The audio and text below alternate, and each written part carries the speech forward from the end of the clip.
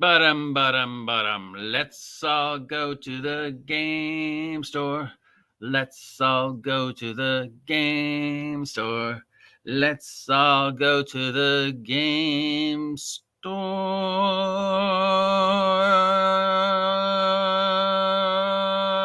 and buy ourselves some swag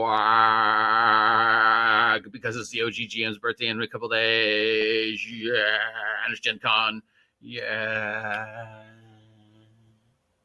What's up, nerds? Come for the singing, stay for the news. It is I, the OGGM, coming to you live at 8:30 in the morning on the 31st day of July, 2024. It is cloudy. My allergies are already starting up because, God damn you, wizard. God damn you, weather. It's Thursday, which means it's time to take a walk down to our friendly local game store and see what's new on the shelves, especially since Gen Con opens its doors in just 24 hours, more or less. It's an exciting time of year if you're a gamer, or a very scary time of year if you're a gamer, depending upon, whatever.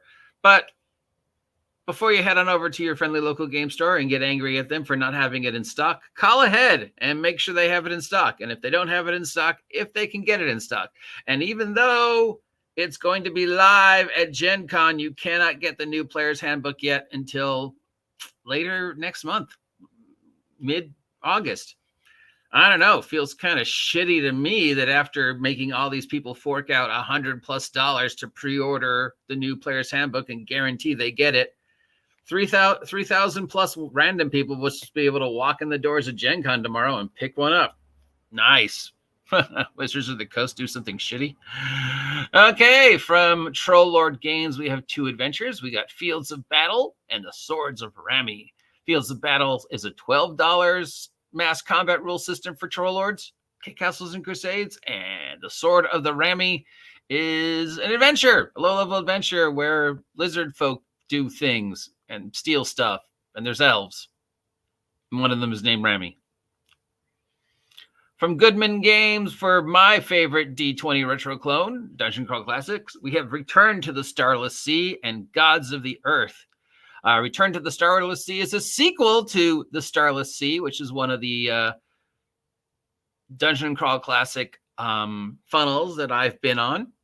It's a really fun one, involving a nefarious chaos lord, a ziggurat, pirates, stuff like that. We also have Gods of the Earth, where you are supposed to guard a tomb overnight, but the ghost of the person whose tomb you are guarding decides to get up and ask you guys to do some stuff for him, because, that's what ghosts do. From Mars Press, we have Blood and Thunder, the Ultimate Book of Mighty Deeds for Dungeon and Crawl Classics. This contains 151 Mighty Deeds of Arn. Arms torn straight from the pages of Appendix N. Mighty Deeds are a thing that fighters in Dungeon Crawl Classics can do. So it's like a fighter ability. So this book is totally dedicated to just new and exciting ways to hit people with a stick for $25. From Breaker Press, looks like we have some pamphlets and some zines. These are all for Dungeon Crawl Classic. We've got Sorceress Rights of the Elementals, Persuasive Corporation, The Bag Bearer, and The Protectorate of Jen Lewin, all from Beaker Press. They are all ranging around $5 to $10. Sorceress Rights of the Elements deals with elemental magic.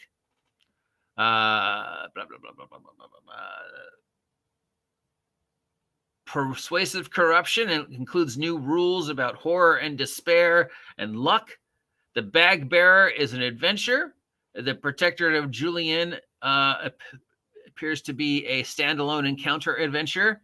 And yeah, okay, so we just got some adventures and some fun stuff for Dungeon Crawl Classic, and that is literally it. That is literally it. Some fun stuff for DCC, some fun stuff for DCC, some more fun stuff for DCC, a lot of DCC love today, and the only true bearers of the legacy of Gary Gygax's Troll Lord Games with Castles and Crusades adventures for you. So that's all that's at the Tabletop Role-Playing Game store this week, probably because it's Gen Con. So anything new and exciting will be released starting tomorrow and running through August 4th, my birthday. Yeah, it's Gen Con.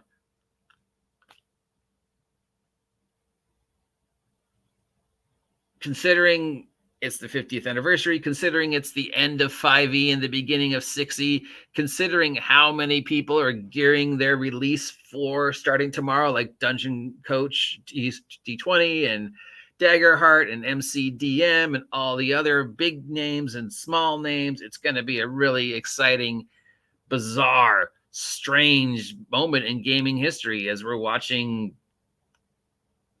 the 50-year love story that we've had with this amazing game suddenly in many ways come to an end. Love it or hate it, 6th edition goes live tomorrow, and it's unlike anything we've seen before. It is a completely new game for all intents and purposes. So, you know, they can say it's backwards compatible and it's still Dungeons and Dragons, but it's not, and that's fine. That's totally fine. If you want to play D&D the way you play, understand, and love D&D, there are literally hundreds of other systems out there that emulate TSR D&D from 0 to 3rd. And there are plenty of other systems out there that emulate Wizards of the Coast D&D from 3rd to 5. And there are plenty of systems out there that are welcome to embrace you with open arms as your new home for 5e play, where you can play and enjoy 5th edition style play and not have to worry about the machinations of Wizards of the Coast. And if you're one of the 5 people on Earth who are actually going to play 6th edition when it goes live tomorrow, more power to you. If that's what you think fun should be, who am I to judge just because I don't agree with you? I mean, as long as you're not an asshole about it, you hear me? No, who cares? Who cares? D&D, you know, is alive and well. It's just not being, you know, handled by Wizards of the Coast. If I want to play D&D, I could play Castles and Crusades, right? Or I could play one of the other 100 retro clones. If I want to play 5e, well, there's, you know, 10 years worth of 5e stuff already that I could go through. Or I could jump on the Tales from the Valiant bandwagon, or I could just run my own shit, right? So, yeah, it's weird. It's weird when you think about it. You know, it doesn't. Your brain doesn't really process it until you realize, yeah, tomorrow's it. Anyways, on that disturbing note, if there's anything that I said that you want to pick up, call ahead and make sure they have it in stock before you go down there. And if they don't, maybe they can order it for you. But please, please, please, please, please, please, please support your brick and mortar mom and pop friendly local game stores now more than ever. These small independent shops depend upon you. You know, buy a dice if nothing else. You know, Wizards of the Coast has made it perfectly clear their plans for 2024 D&D, and it doesn't include supporting mom and pop friendly local game stores. And that's the game that brings people in the doors. So they're going to count on you, word of mouth, and just coming in every week. And, you know, even if you just pop down 50 cents for dice, you're helping them stay open. So please, if you are lucky enough to have a friendly local game store that actively supports role-playing, you do not know how lucky you are. Please support them. That's enough of that doom and gloom. Here's some music to make you feel a little better. Have a great day.